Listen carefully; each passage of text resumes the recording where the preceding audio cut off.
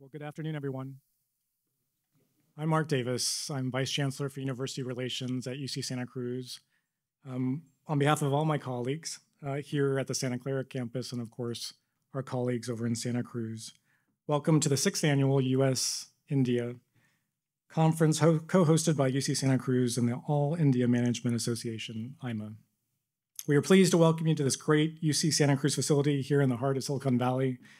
We're honored and humbled to partner with AIMA this year and to build on the partnership that AIMA has had with the Haas School at Berkeley over the years. Today, we have a series of panels that will hopefully engage all of us in a dialogue about the promising opportunities presented as relationships between the US and India governments become closer, and as a result, relationships with industries and institutions of higher education as well, exploring both the opportunities and the challenges. It is my distinct pleasure to introduce our speakers on the dais.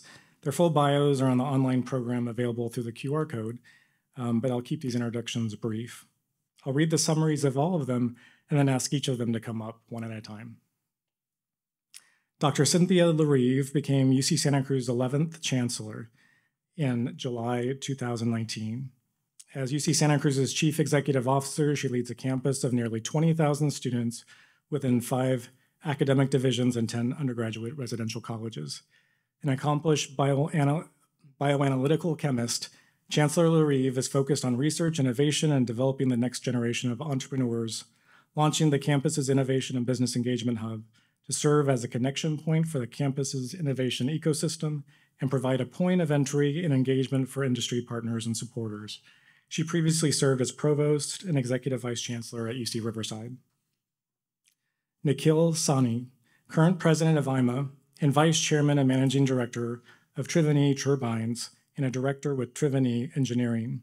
The companies occupy leadership positions in their respective businesses of sugar manufacturing, distillation of alcohol, renewable energy generation, industrial turbines and gears, and water and waste management treatment solutions, spanning 16 manufacturing locations in India. Nikhil is an active trustee of the Tarath Ram Sa Charitable Hospital and the Emmanuel College India Trust, as well as the Ananta Aspen Center, of which he is a fellow. Nikhil is also a member of the Trilateral Commission and a member of various government of India-led bilateral CEO forums. Sunil Kant Munjal, chairman of Hero Enterprise, is a second-generation member of the family that founded Hero Group, India's premier automotive manufacturing group that has evolved from being the world's largest bicycle maker to the largest two-wheeler maker. He is now the chairman of Hero Enterprise with interests in insurance distribution, steelmaking, real estate, corporate training, and active investment office.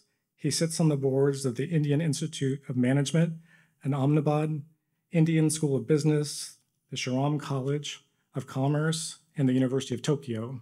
He is also on the board of trustees for the Carnegie Endowment for International Peace. He co-founded BML Munjal University. The Honorable Rakesh Adlaka is the Indian Foreign Service Officer and presently Deputy Consul General at the Consulate General of India in San Francisco. Before coming to San Francisco in January, he served in the UN Political Department of the Ministry of External Affairs. He is a Foreign Service Officer with vast experience, having previously served in Oman, France, Malaysia, and Sri Lanka, among others.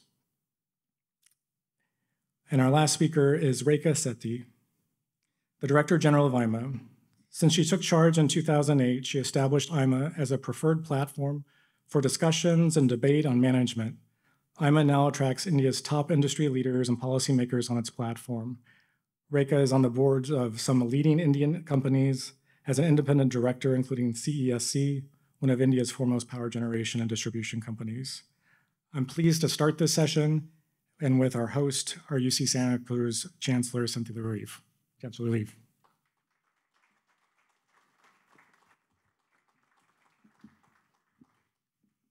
Well, thank you, Mark.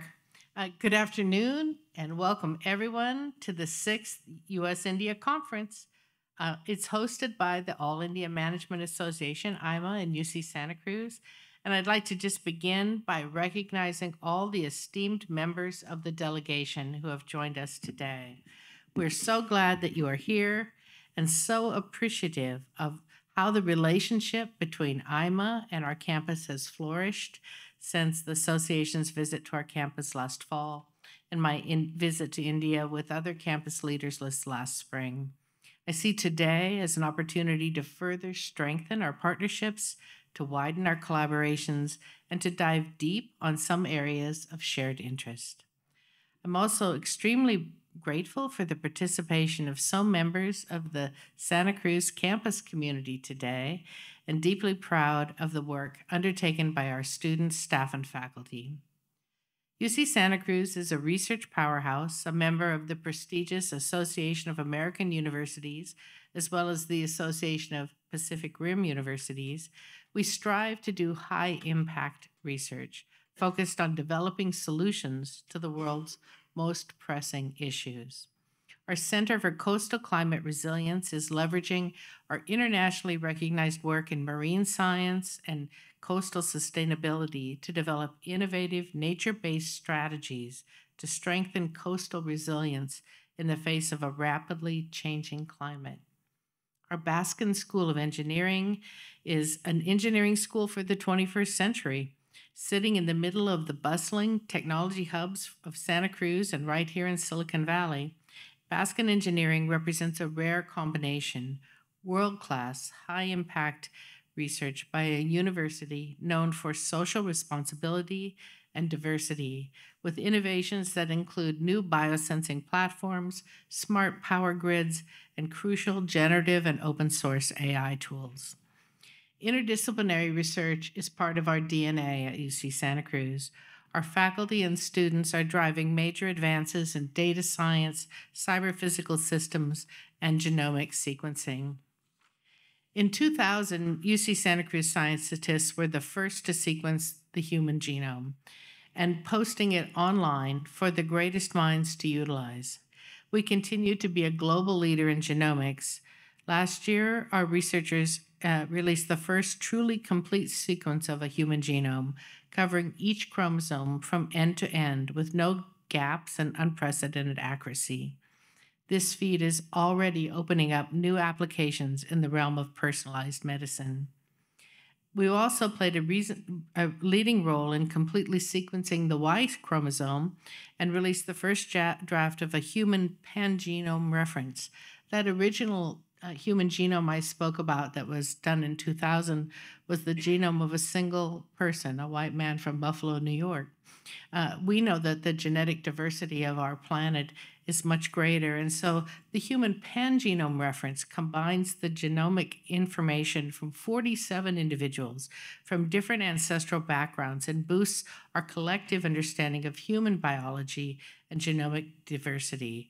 It's really an important contribution to the world, especially by a university that doesn't even have a medical school. Our Center for South Asian Studies focuses on economic and social justice for the region and is positioned for exponential growth. We strive to understand the world we all live in and the unique conditions in which your companies operate, the challenges and the opportunities for India, and the ways in which we can all work together. At our conference today, we have a great lineup of panels, and I'm excited to hear the delegation members and UC Santa Cruz professors weigh in on these timely topics. We'll discuss the advancement of new world economic order, one in which common goals are pursued and cultural differences are respected, how to best navigate global economic uncertainty, and unearth opportunities, developing and deploying leading-edge technologies, and revitalizing the innovation ecosystem. We come together at an especially exciting time in the U.S.-India relations, as President Biden and Prime Minister Modi have reaffirmed a vision of the United States and India as close partners, both as democracies, and looking deep into the 21st century with hope, ambition, and confidence. Together, we can all help to build this stronger U.S.-India partnership.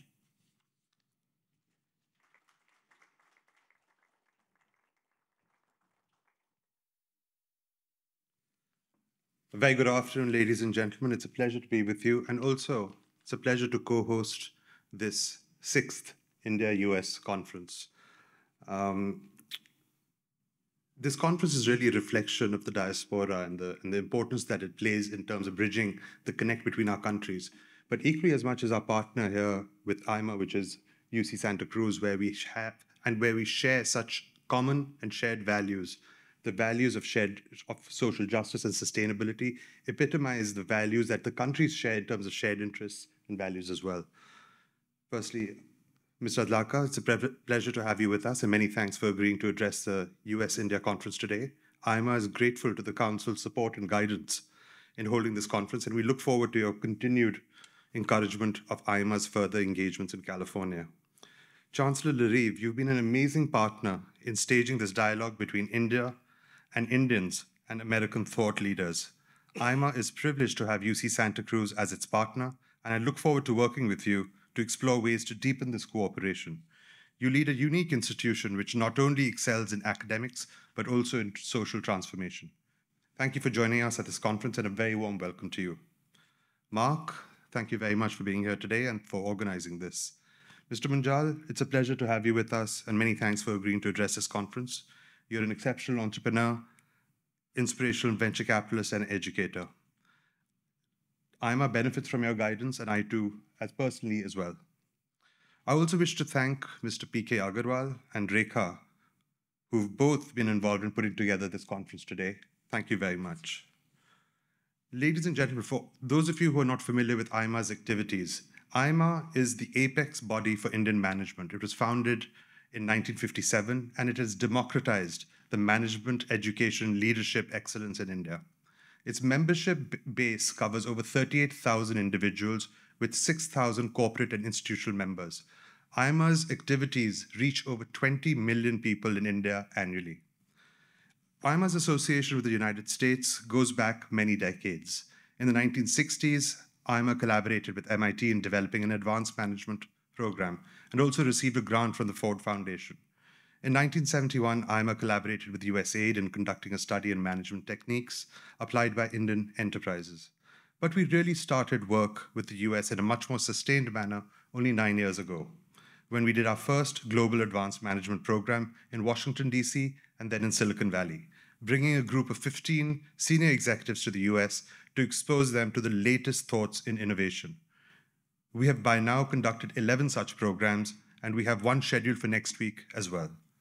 AIMA places a special focus on engaging with American thought leaders because it sees the India-US relationship as key to realizing their individual economic and strategic goals and to building of the next world order. AIMA, as the apex management body in India, enjoys a special relationship with not only the government, but with corporates and with other institutions, including academia. As AIMA president, I invite all of you here today to engage with AIMA to get a clearer view of India's emerging scenario. The US-India relationship is going from strength to strength, and the Prime Minister of India, Prime Minister Modi, his state visit to the United States this June was a watershed moment in the relationship between the two countries. The US and India now see each other as strategic partners across economy, security, science and technology, and many other disciplines.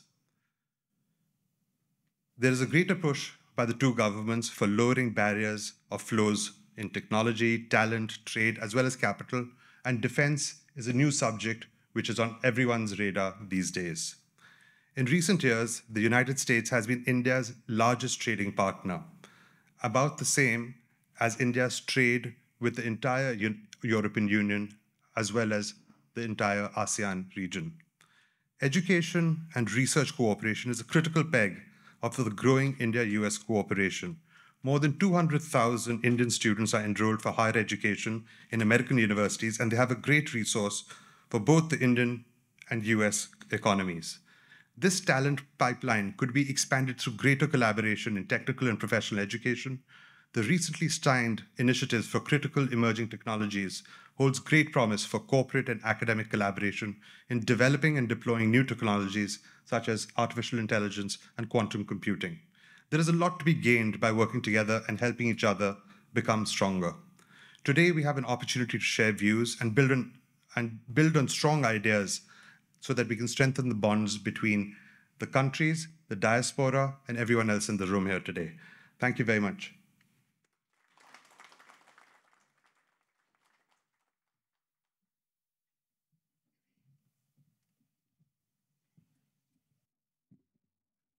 Thank you.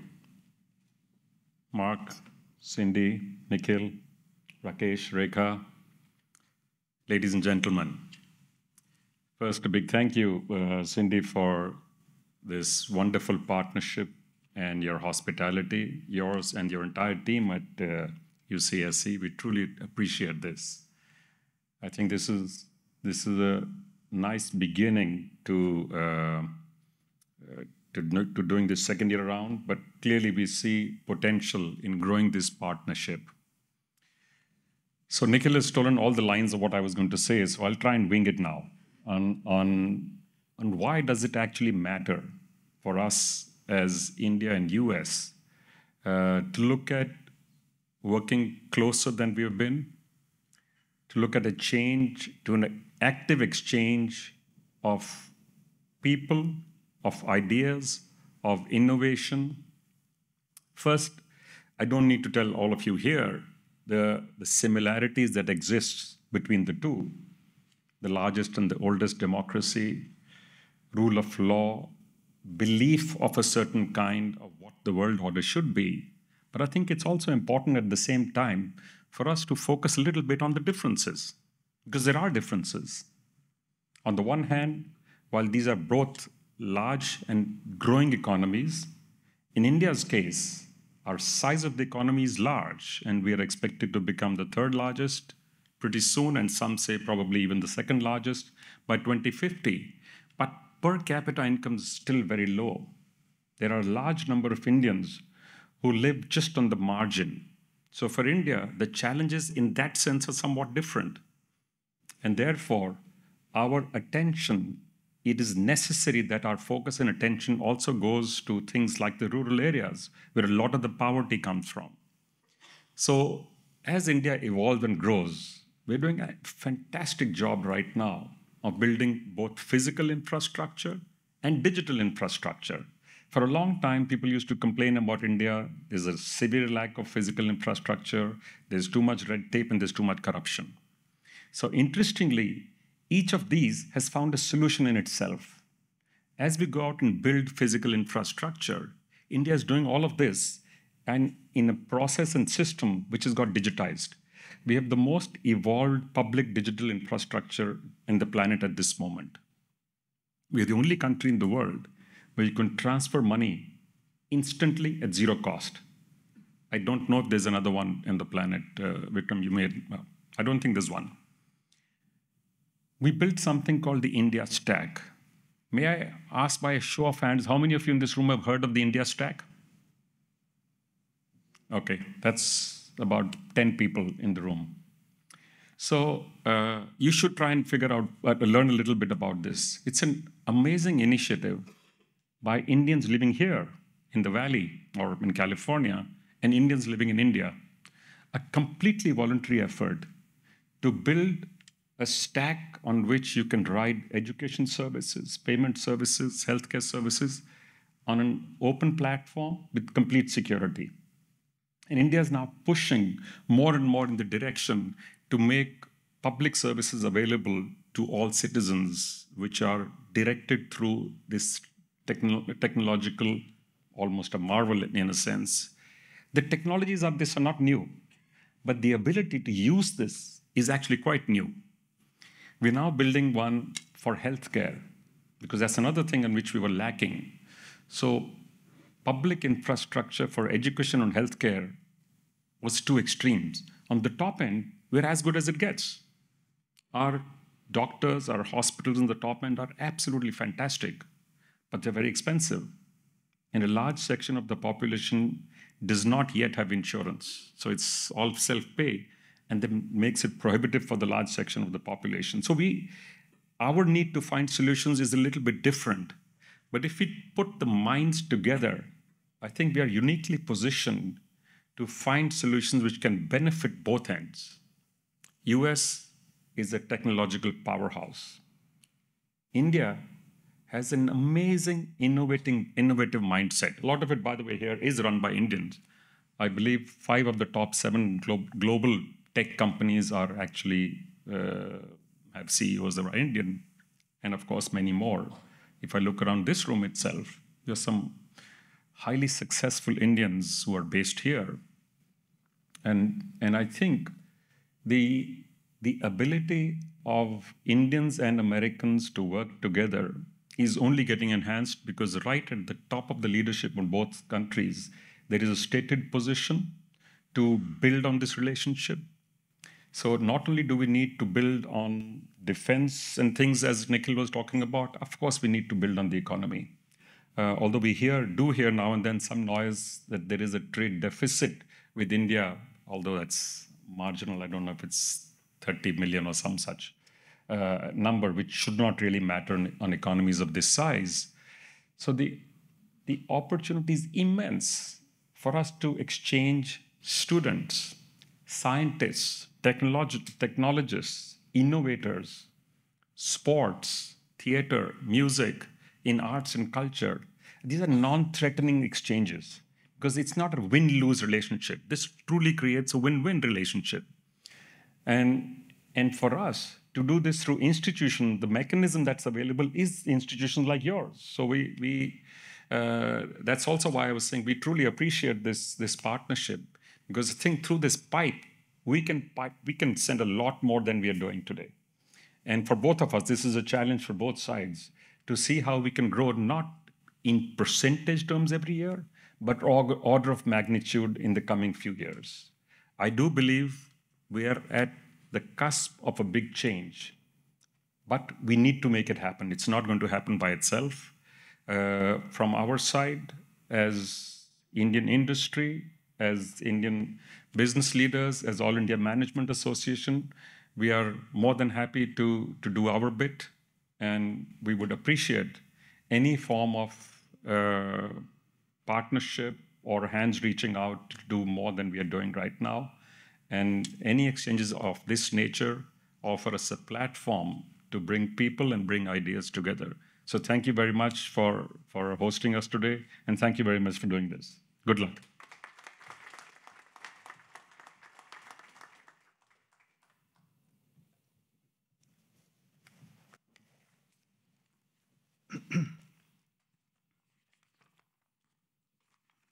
Madam Chancellor, distinguished guests,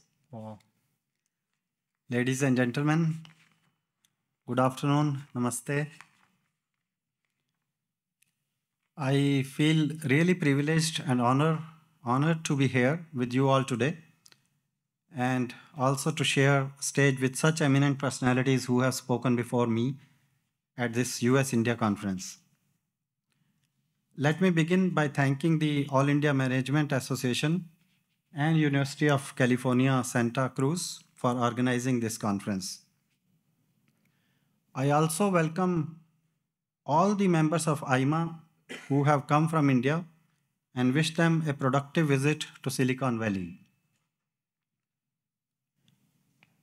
Friends, India and the United States enjoy a comprehensive global strategic partnership covering almost all areas of human endeavor, driven by shared democratic values, convergence of interests on a range of issues, and vibrant people-to-people contacts.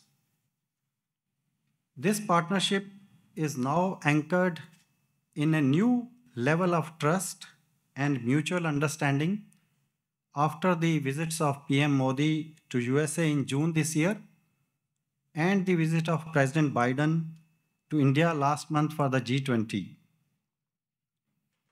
There is a regular exchange of high-level visits from both countries. There are also a number of mechanisms to constantly review the bilateral relationship. India-US 2+2 annual ministerial dialogue led by External Affairs Minister and Defense Minister from India and their respective counterparts reviews bilateral ties in defense, strategic, and security domains. as well as important regional and global issues. Similarly, cooperation in counterterrorism is one of the pillars of the bilateral relationship, featuring information exchange, capacity building, operational cooperation, and regular dialogue through the India-US Joint Working Group on Counterterrorism. There are also mechanisms for security cooperation, counter narcotics cooperation, and cybersecurity cooperation.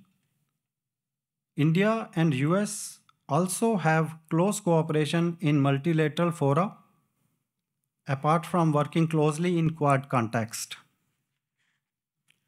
Let me now touch upon the India-US economic relations. The India-US Trade and Investment Partnership is an engine for global growth, with bilateral trade exceeding $191 billion in 2022. US is among the largest investors in India also. The economic partnership between the two countries covers virtually all spheres of activity. To name a few, there is cooperation in space, energy, education, health, technology, etc., etc. In fact, cooperation in technology is one of the most important sectors of cooperation between the two countries. And what could be more important place for technological innovation than the Silicon Valley where we are sitting right now? In fact, Prime Minister Modi and President Biden have affirmed that technology will play a defining role in deepening India-USA partnership. The leaders have also held the inauguration of the Initiative on Critical and Emerging Technology, ISET, launched in January 2023 as a major milestone in India-US relations. Another important aspect of our relationship is the people-to-people contacts. About 4.5 million Indian Americans, Indian origin people reside in the US. There are many Indian American community organizations and professional organizations of Indian Americans. Indian Americans are one of the most successful communities and excel in diverse fields, including politics. The Indian diaspora has been a catalyst in cementing closer ties between India and the US. There are also a number of persons of Indian origin in the US Congress, yet the ambitions are to reach ever greater heights in the bilateral relationship, and both sides have committed themselves to this endeavor now and into the future. Visits by Indian delegations to US, such as the one of AIMA, go a long way in exploring opportunities for cooperation between the two countries. The consulate is always willing to support such efforts and is available for any assistance required. With these words, I wish you all a productive and enriching participation in today's conference. I once again thank AIMA and UC Santa Cruz for organizing this wonderful conference and inviting us here. Thank you. Jai Hind.